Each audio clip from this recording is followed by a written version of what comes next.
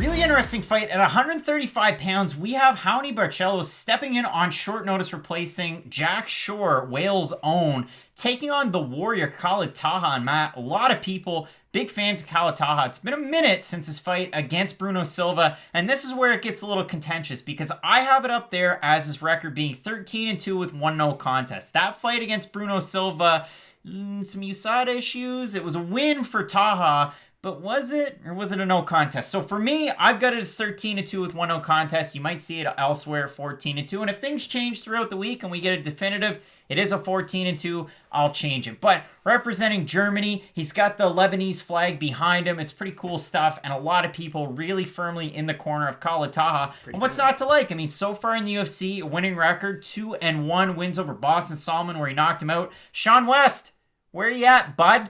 And a win over Bruno Silva, like I said, on a huge card, UFC 243, where he submitted him in that fight. I mean, Khalid Taha, good wrestling, good counter-striking, and good jiu-jitsu as well. You've seen that on the regional scene.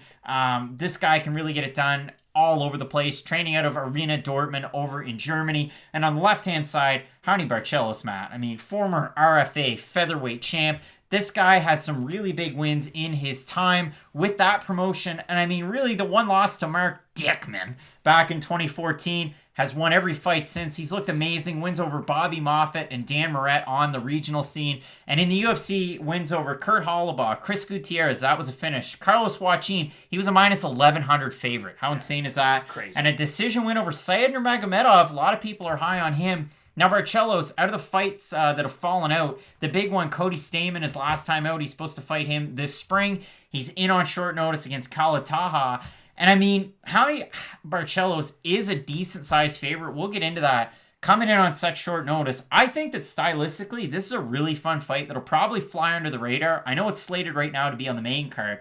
I'm looking forward to it. What do you see out of this matchup here? So Barcelos is a guy who I just wish was a little bit younger, because when you look at his skill set and you look at where he is in the division, you got to think to yourself, he's got to be more active. He's a guy who, if he was fighting once every 4 months, once every 5 months, he could make his way up that division quite fast. He's my Claudio Silva. He's my insert Brazilian fighter that we don't see enough. Santos. Antonio Braga Nieto. Keep going. So for me, Barcelos, yeah, I wish he was just a little bit younger. You look at what he's able to do. He can get it done on the ground, on the feet. He's got great wrestling. His jiu-jitsu's absurd. He's got really dynamic striking too. You look at all that and you're like, wow, that could be a champion one day. The issue though is he's 33. He's not 23. If he was 23 with his skill set, I'd be like, wow, this guy, he's going to go on to make a lot of moves. But at bantamweight, age can catch up to you really at any point. Father Time just comes, taps you on the shoulder, and that can be it. I don't believe this is going to be the fight that does it for him, but it is unfortunate that we have a guy at 33 who should be kind of in the prime of his career, who's not really able to get those top-level guys. Like, hopefully, if he can beat a Khalid Taha, if he's able to go out there and get another impressive finish win,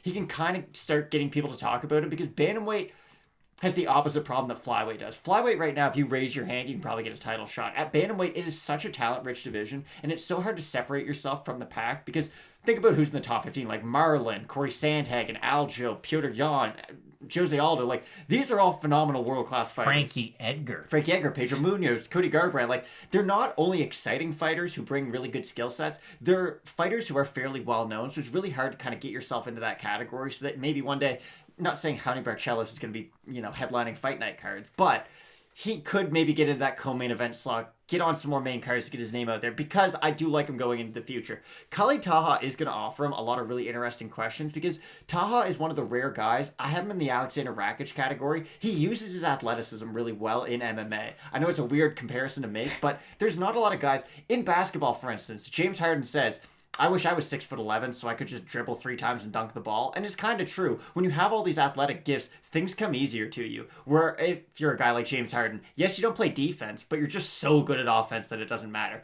Khalid Taha, he uses that physicality. He uses the fact that he normally is the bigger guy, and he normally is the better wrestler and grappler out of most guys who he faces, that he can kind of just sort of impose himself. There's kind of a pressure that he exerts throughout the fight. Like in that Bruno Silva fight. Now, Bruno Silva, 125er, but still, you watch that fight, Khalid Taha didn't need to go ahead and take him down. He could just use the momentum of Bruno Silva moving towards him to get it onto the ground or down to the mat and submit him. I mean, Khalid Taha, like you said, I like that. A lot of physical gifts.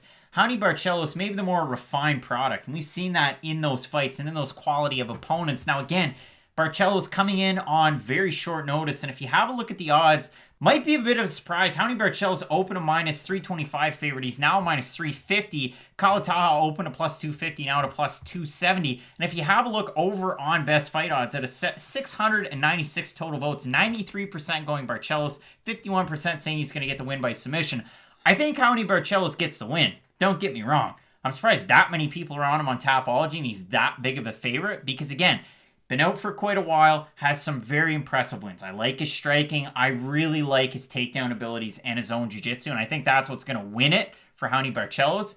But Khalid Taha isn't like a guy that I would totally write off in this fight. 100%. Barcelos should win. He is the favorite for a reason. I'm not going to put any money on this.